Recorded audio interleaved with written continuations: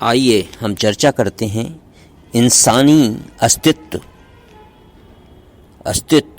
के लिए अधिकार ही नहीं दायित्वों को भी समझना जरूरी है। इंसानी अस्तित्व के लिए अधिकार ही नहीं दायित्वों को भी समझना जरूरी है। प्रकृति के नियमों से खिलवाड़ और प्राकृतिक संसाधनों के दोहन के जरिए मानव ने विकास के नाम पर आपदा मोल ले ली। अंधाधुंध औद्योगिकरण के नाम पर जल, जंगल, जमीन व आसमान सभी के साथ खिलवाड़ हुआ।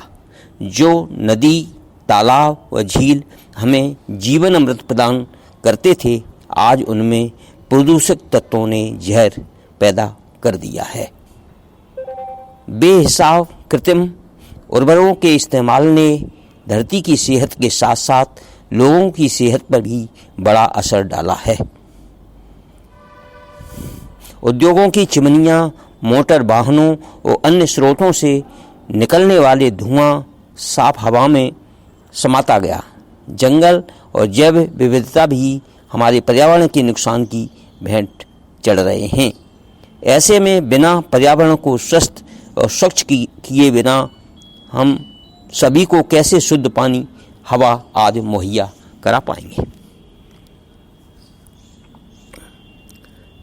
दुनिया में एक अंतर्राष्ट्रीय अध्ययन हुआ, उसमें ये पता लगा सर्वाधिक 30 प्रदूषित शहर हैं, उनमें 21 भारतीय शहर शामिल हैं। शीर्ष 10 की सूची में 6 शहर भारतीय रहे हैं। इसमें सूची में गाजियाबाद सर्वाधिक प्रदूषित माना गया है भारत में। दरअसल इसके लिए हम जिम्मेदार हैं। दरअसल हम सभी जिम्मेदार हैं। दरअसल सिर्फ हम अधिकारों की बात करते हैं, बात जब दायित्वों की आती है तो मुंह चुराने लगते हैं। राह चलते अगर कहीं जल या पर्यावरण की बर्बादी होते देखते हैं तो हम में से कितने लोग उस बर्बादी को रोकने के प्रति सक्रियता दिखाते हैं, सजगता दिखाते हैं? शायद कोई नहीं। यही नतीजे जब शायद सभी में तब्दील हो जाएंगे तो ही हम शुद्ध पानी और पर्यावरण के अपने मौलिक अधिकार की पूर्ति कर सकेंगे। प्राकृतिक संसाधन अनमोल है, लेकिन अधिकांश को इसका कोई मूल नहीं चुकाना पड़ता है, तभी हम इसकी अहमियत नहीं समझते। अपव्यय तो करते ही हैं, जो मौजूद है उन्हें प्रदूषित करने से भी बाज नहीं आते। पर्यावरण को खराब करना हमारा शौक बन गया है। छोटी सी दूरी भी बिना वाहन के लिए तय नहीं होती है। पड़ोसी को पानी बर्बाद करते देखते हम उसे टोकने की बजाय हमारे मन में यह विचार आता है कि हम यह बर्बादी कम क्यों कर रहे हैं। हमें तो उससे भी ज़्यादा प्राकृतिक संसाधनों को तबाह करना चाहिए। कभी सोचा है कि वाहनों का धुआं आपके पर्यावरण को कितना नुकसान पहुंचा रहा है?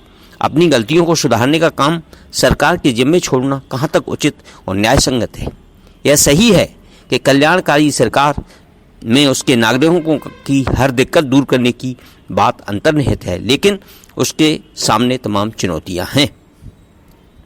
अगर हम लोग अपने साधनों को स्वस्थ और स्वच्छ रखें तो सरकार उस मद में श्रम और संसाधन को किसी और विकास के काम में लगा सकती है।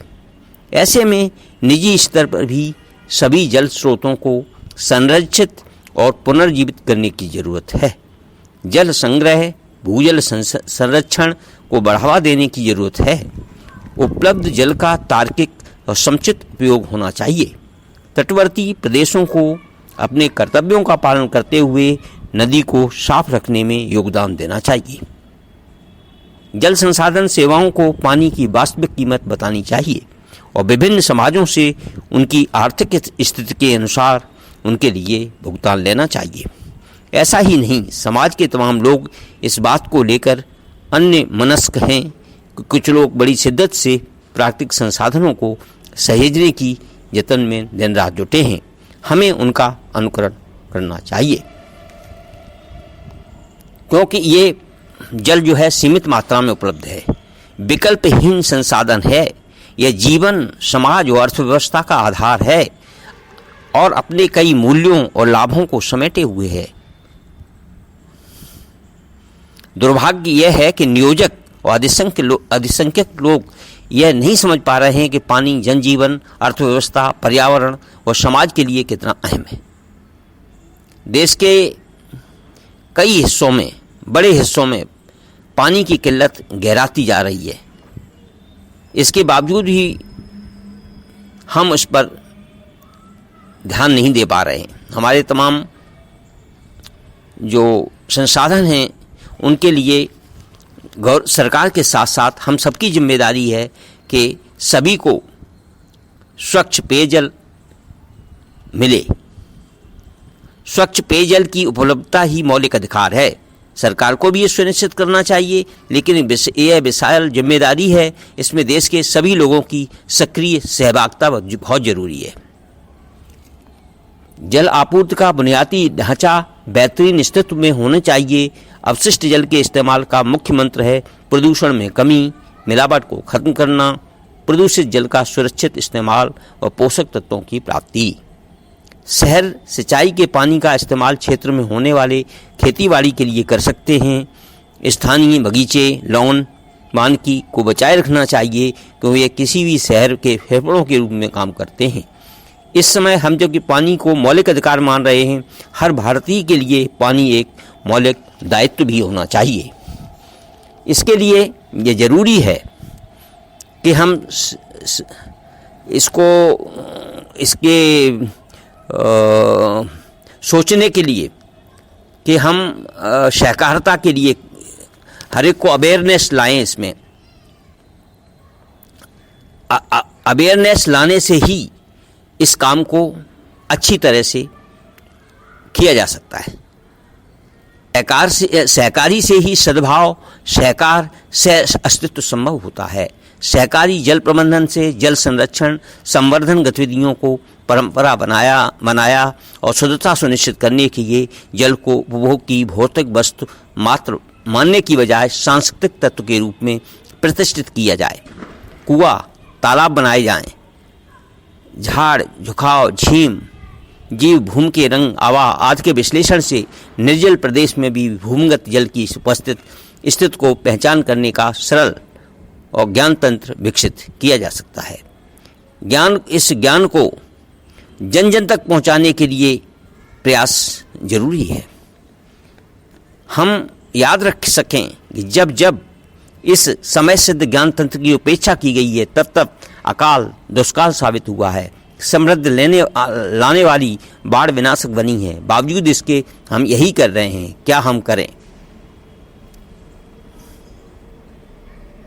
पारंपरिक सभ्यताओं ने प्यासे को कुएं के पास जाने की सीख दी। वहीं खेती की जहाँ जल था, वहीं नगर बसाए जहाँ नदी थी। पानी के मामले में आत्मनिर्भरता के लिए जरूरी है कि इसकी अवेयरनेस लाई जाए। स्थानीय जल प्रबंधन की समग्र, स्वावलंबी और समयबद्ध कार्य योजना बनाने तथा उसे क्रियान्वित करने का संपूर्ण दायित्व और आर्थिक, तकनीकी, प्रशासनिक अधिकार संबंधित जल संबंधी स्थानीय वार्ड समितियों को सौंप देना चाहिए। इस तरह से हम उसका अच्छा उपयोग कर सकते हैं। यही हमारा अनुभव है। इससे ही हम अपना शुद्ध पानी और पर्यावरण करके दुखों का अंत किया जा सकता है और इस पर्यावरण के नुकसान को बचाया जा सकता है।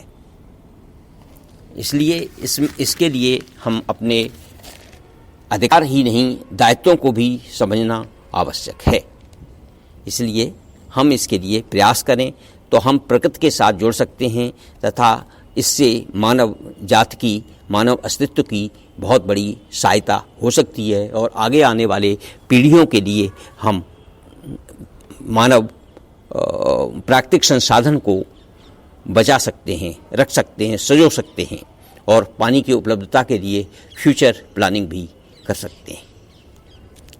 धन्यवाद।